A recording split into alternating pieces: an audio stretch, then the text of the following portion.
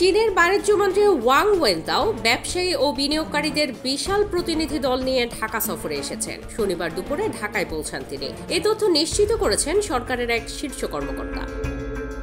সফরে তার সঙ্গে রয়েছেন প্রায় 100 জন ব্যবসায়ী ও বিনিয়োগকারী। মোট প্রতিনিধি দলের সদস্য সংখ্যা প্রায় 200 জন।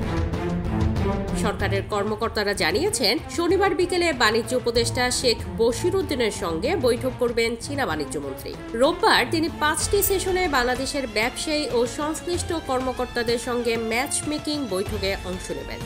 ওই দিনের উদ্বোধনী অনুষ্ঠানে প্রধান উপদেষ্টা ডক্টর মোহাম্মদ ইউনূসের উপস্থিত থাকার কথা রয়েছে। আগামী 2রা জুন অনুষ্ঠিত হবে বাংলাদেশ চীন যৌথ অর্থনৈতিক ও বাণিজ্য কমিশনের বৈঠক। এতে বাংলাদেশের পক্ষে নেতৃত্ব দেবেন অর্থ উপদেষ্টা ডক্টর সালেউদ্দিন আহমেদ এবং চীনের পক্ষে থাকবেন ওয়াং ওয়েনতাও। সফরসূচি অনুযায়ী একই দিন গার্মেন্টস ব্যবসায়ীদের সঙ্গে চীনা উদ্যোক্তাদের পৃথক ম্যাচমেকিং সভা অনুষ্ঠিত হবে। এছাড়া চীনা প্রতিনিধি দলের একটি অংশ গাজীপুরের একটি তৈরি পোশাক কারখানা পরিদর্শনে যাবেন।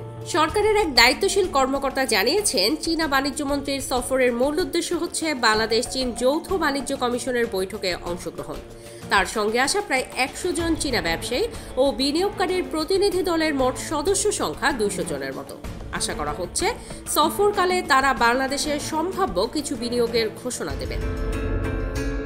বাংলাদেশ বিনিয়োগ উন্নয়ন কর্তৃপক্ষ বিডা সূত্র জানিয়েছে, সফরকালে দ্বিপাক্ষিক আমদানি রপ্তানির বাধা দূরীকরণ এবং ব্যবসা বাণিজ্য সহজীকরণের লক্ষ্যে একটি যৌথ ওয়ার্কিং গ্রুপ গঠনের বিষয়ে সমঝোতা স্মারক স্বাক্ষরিত হতে পারে। এ বিষয়ে চীন ইতিমধ্যে গত মার্চে একটি খসড়া প্রস্তাব বাংলাদেশ সরকারের কাছে পাঠিয়েছে।